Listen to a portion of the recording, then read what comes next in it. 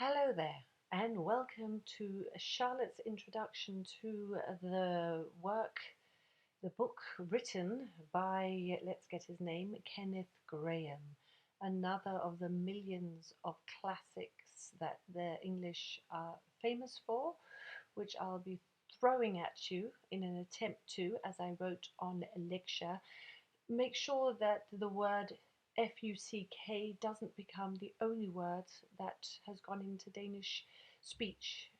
There is so much more to English than that, the F bomb. It's called literature, it's called cultivation, it's called history, it's called so many things. And I don't know why, but they have just been very good at writing extremely good literature. Not only, of course, the Shakespeares of the world, but actually, strangely enough, children's books. If you think about it, even today with Harry Potter, and you think of The Hobbit and Lord of the Rings, you think of Alice in Wonderland, you think of Narnia. Beatrix Potter, you may not know her, beautiful little world of bunny rabbits in the north of England. And here we have, oh, and let me not forget Winnie the Pooh, because Winnie the Pooh, the guy who draws those beautiful pictures of Winnie the Pooh, he has also made a very famous children's book, Wind in the Willow, where he also has drawn, he's called Ernest Shepard, the guy who draws Winnie the Pooh, but he also has done Wind in the Willows, absolutely gorgeous pictures. So for me, of course, it's childhood. I think it used to be for most Danish people, so my age and maybe younger. Some of you probably have children who are trying to give you this cultivation by showing you some of these beautiful stories. But I think it's dying. There's no question that streaming and online life, social media will be killing that kind of classic literature. It's boring, it's not enough action when you can watch all this fun and games, but I will not give up. I suppose also that is my childhood, that is my upbringing, and the older I get, the more I can see what a generation will be missing. And I do believe you can both be online, social media, streaming, and retain the old tradition. That is actually what I learned from being born and raised in England to Danish parents, but this whole balancing of history and present. You always got to look back to look forward. Wind in the Willows. He's actually born right back in 1850, but that's when a lot of these famous English authors are being born. You may even know Charles Dickens, of course. We should know Charles Dickens and Oliver Twist.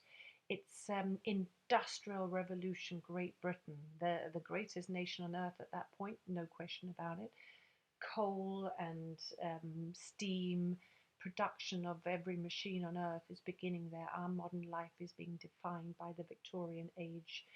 Um, and what all these great artists have in common is a total idealization of nature, the beauty of nature, and Wind in the Willows, little mole waking up and coming to the river bank. It is the same theme for most of them. That yes, it's great with the Industrial Revolution and travel and cars and trains. That is exciting, but a lot of people were weary of it and tired of it. Britain, like many places in Denmark, perhaps even more so because it's such a huge country, large country, has most amazing nature. If you go from Scotland, he's actually born in Edinburgh in 1859, Kenneth Grahame. And I found out preparing for this, he actually lived along Loch Fyne, a place that I lived for a few years, which has the world's best oysters, but also tranquility, beauty, nature. Scotland is incredible for anyone who's been there. And then he moves down to London, but lives along the River Thames. So, of course, the Thames from London, he's living outside London. This story is, of course, inspired by the riverbank he has experienced as a child. Alice in Wonderland also starts with a picnic. And if you think of England, the classic England, it's picnic. It's getting the picnic basket out and opening it up and finding your scones and finding your, or you're meant to say scones if you're a bit posher, finding your cucumber sandwiches. And it's quintessentially England to be by a river bank in nature eating your sandwiches and being very civilized. And even the mole has got a little jacket on. And we've got in the first one, it's the water rat, Ratty, as he's known in the story. They talk about Badger, the wise old badger who prefers to live on his own, right in the wild wood, where the bad and dark forces, the place you shouldn't go. And the reason I also thought about you lot reading The Wind in the Willows, it's to do with the vocabulary. It's rich, it's beautiful, and it's also this Englishness. And it fits very nicely in Corona times.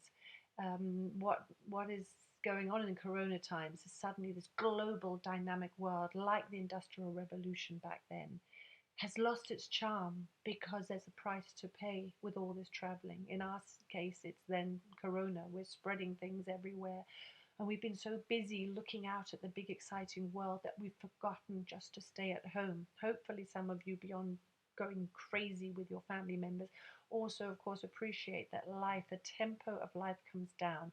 And that's why I thought of Wind in the Willows. It's this enjoying the simplicity of life. And one of the most famous quotes comes in the first chapter. Remember, it's the first chapter, you've got to read the whole thing online. After that, I have a resume, so you're not going to read the whole book, don't worry, because it's quite long. But the first chapter, you get the whole setting of this simple, beautiful life by the riverbank. And then Ratty says one thing, because Mole's never been in water. He's never been in a boat, to the great shock of the water rat, Ratty. And he says, believe me, this is Ratty, believe me, my young friend, there is nothing, absolutely nothing, half so much worth doing as simply messing about in boats. The universe doesn't get bigger for Ratty. He's by the river, he's in a boat. What more do you need? Mole has come from under the ground, and it starts right in the beginning of the book. Spring was moving in the air above and in the earth below and around him, penetrating even his dark and lowly little house with its spirit of divine discontent and longing. So we have a frustrated little mole who can't see anything. I mean, the fact that moles are blind, so he can't really see the rest. That's not the point. The point is, little fluffy, cute mole is frustrated. It's spring and he can sense the life outside, and he tunnels out of his little hole under the and then comes to the riverbank. Now, Alice in Wonderland is a children's book written for adults. It's very crazy written, very strange, almost philosophical. This is opposite. It's a book for adults, but written for children. And it's this idea of using animals, very common also in Narnia, using animals to actually tell a tale of humans and life in England, and different types of personality. And because he wanted children to read it, he had to think of something a bit more exciting. He couldn't just do these beautiful descriptions of life along the river. He had to have a bit of drama. So he has, of course, Toad from The Toad of Toad Hall. He was written consciously because Kenneth Grahame knew he had to jazz it up, he had to make it entertaining. So Toad is this modern rich guy who just falls in love with the new latest fad. He could be most of your fathers. The new, what's it called, headphones, the new fad trend going on. Woo, we got to try that. Toad becomes a caricature. He becomes a caricature of people wanting to be entertained the whole time. And that was happening in 1908 when this was written, and it's happening now. And Toad, in the beginning, he likes horses. No, he liked boats. But now it's so boring. Then he liked horses. You'll get to this in the next chapter in your book. A caravan with a horse trundling along, and then he sees the day where Toad sees a motor car, an actual car, which blows his mind, and he just starts saying boop boop boop, the sound of this motor car. The only thing he wants to do is drive recklessly down these small, beautiful country lanes of beautiful England. He just wants to cause havoc. He just wants to go mad. And his dear friends try and calm him down, try and catch him, put him in a room, because it's an addiction. It's like heroin. He just can't get enough of it. So they lock him in, but he keeps getting out. he keeps going off and getting involved in car accidents, and then he gets arrested, and then he escapes in the most dramatic way. So you've got this very quiet, romantic idea of how England used to be. And then you got Toad as this grotesque example of a sweet guy that is not in control of his desires. So you could say very much a kind of caricature of modern humans who just want to be all the time entertained. And he's a lovely guy. He's entertaining, but he's a little bit silly. And that's what's going on in this play. I've got to stop this video now because otherwise it's too long, and I'll place another one just after. See ya.